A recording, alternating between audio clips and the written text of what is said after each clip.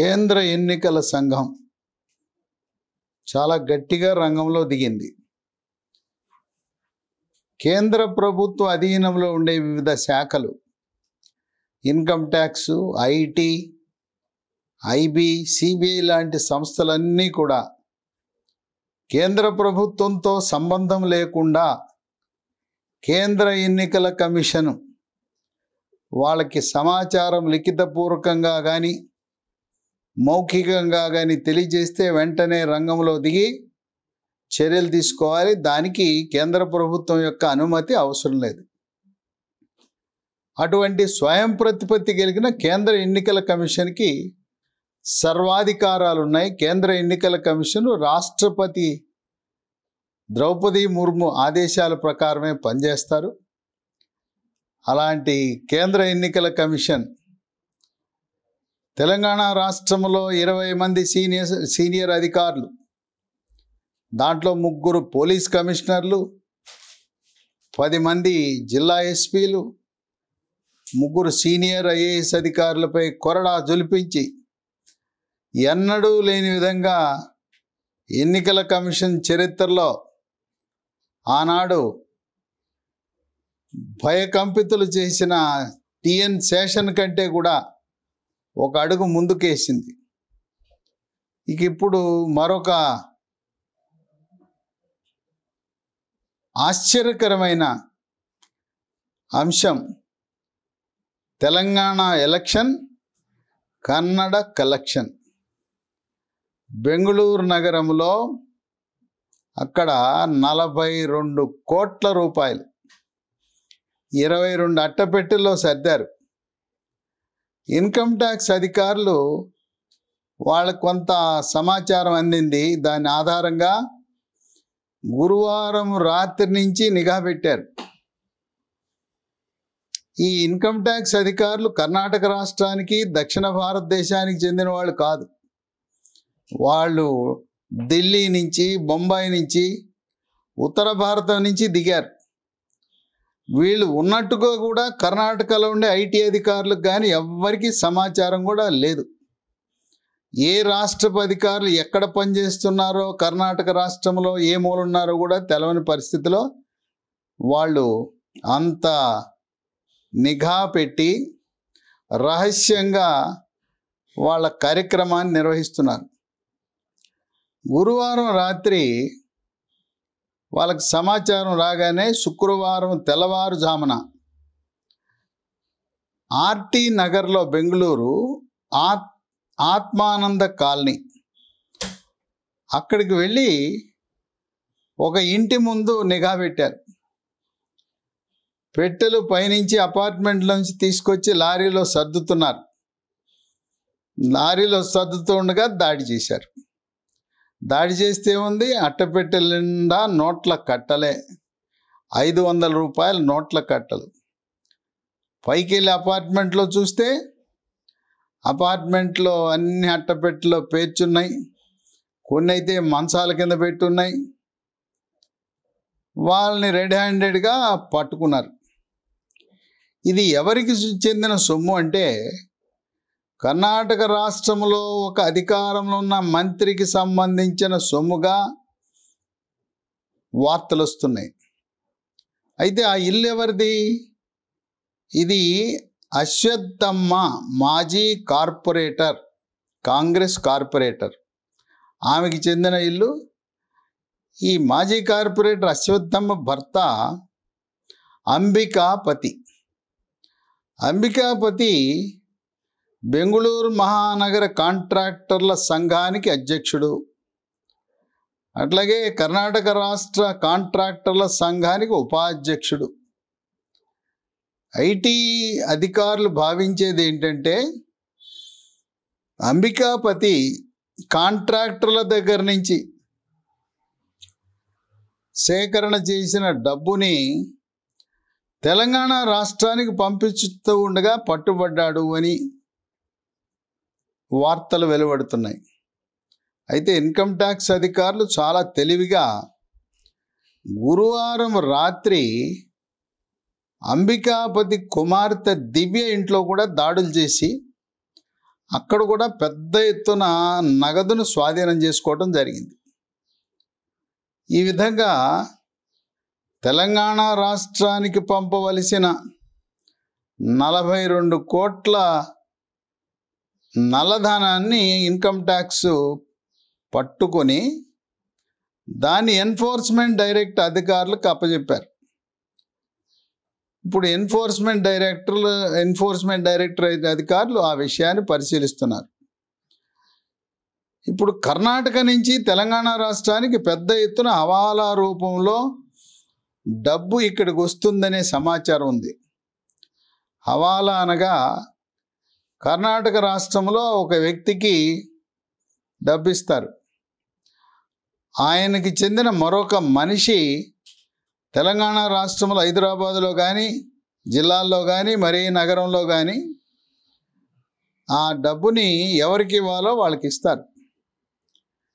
ఈ విధంగా కర్ణాటకలో ఇచ్చిన డబ్బు భౌతికంగా లారీల్లో రాకుండా అటువంటి ఏర్పాటు చేసినందుకు 5% వరకు కమిషన్ తీసుకుంటారనే సమాచారం ఉంది.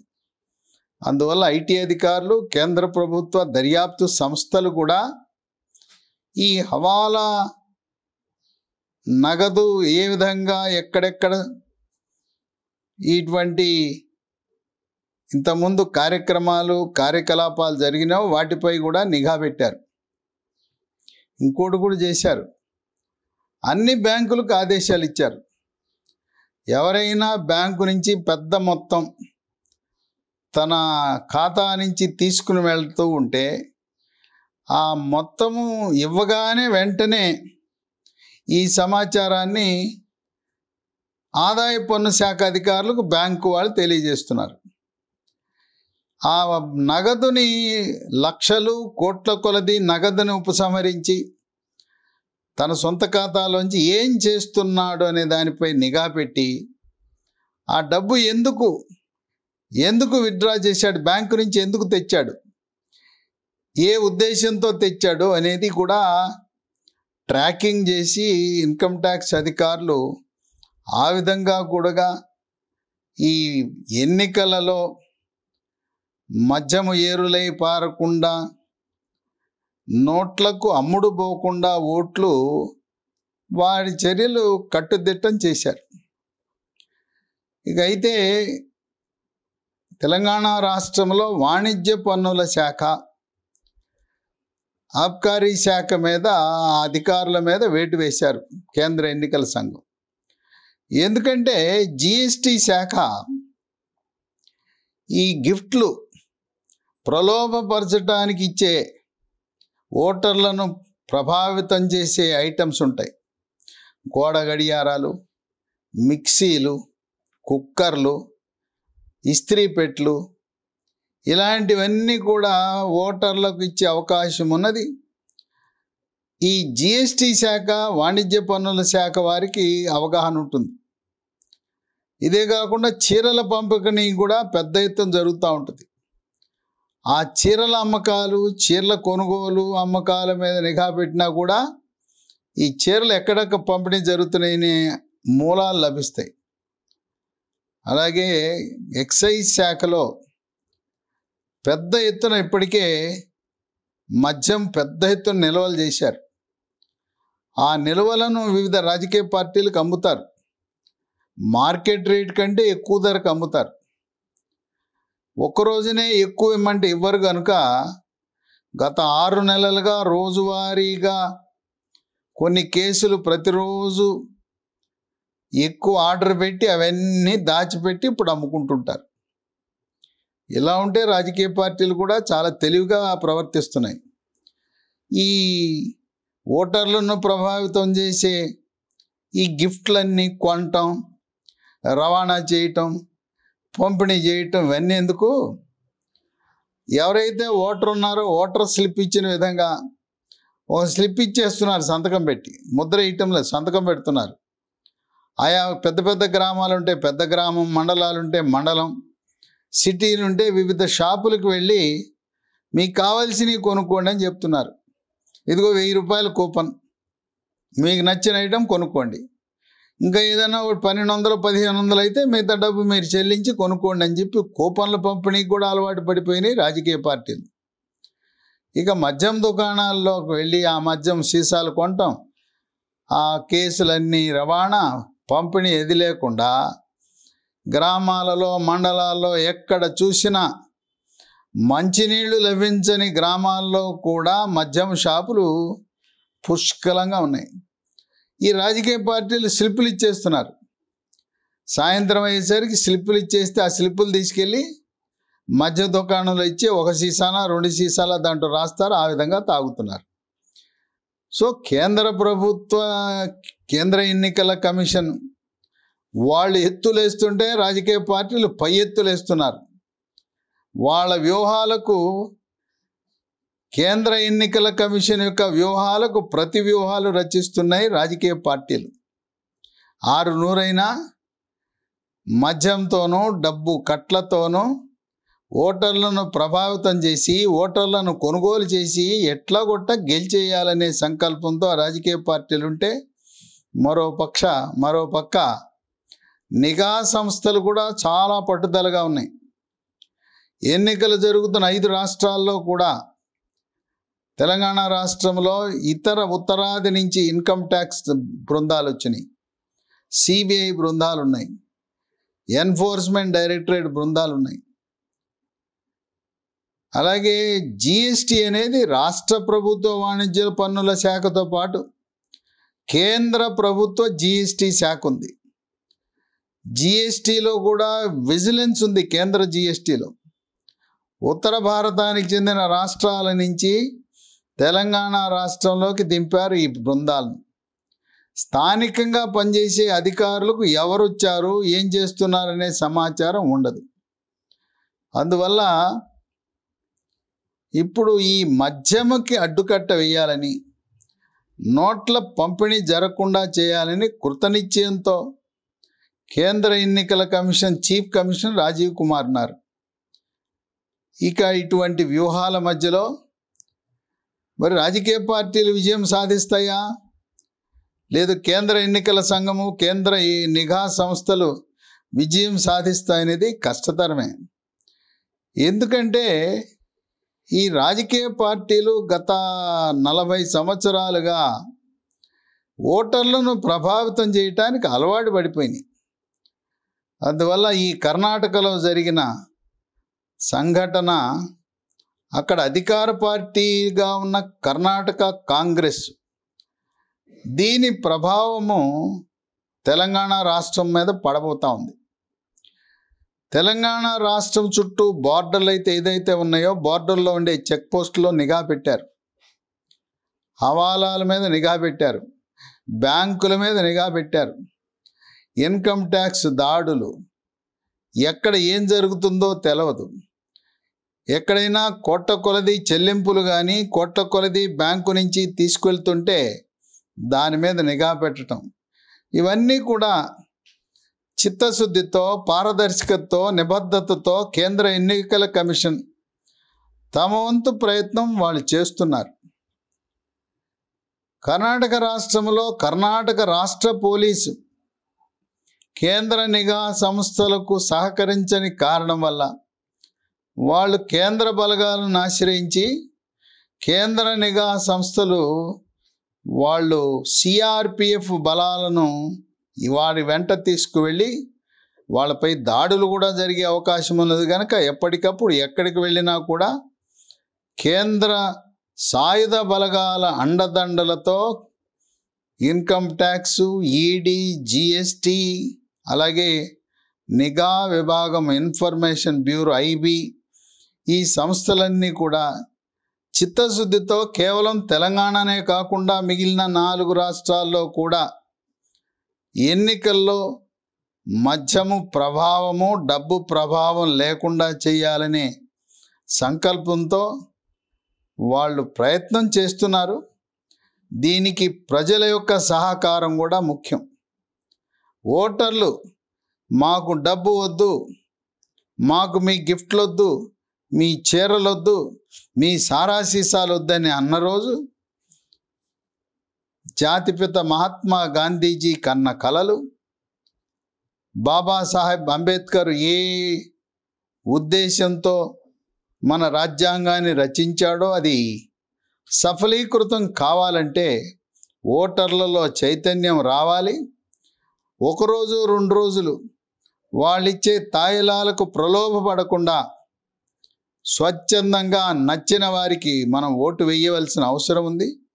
అలాగే మేధావులు, విజ్ఞులు, చదువుకున్నవారు పెద్ద చాంతాడంత లైన్ ఉందని వెనకంజ వేయకుండా, చదువు రాని వాళ్ళు, ఓట్లమ్ముకునే వాళ్ళ ఓట్ల విశ్లేషణ చూడకుండా మనవంతు కృషిగా మేధావులు, విజ్ఞులు ఓటు వేయవలసిన బాధ్యతను చేపట్టవలసిన అవసరం ఎంతైనా ఉంది.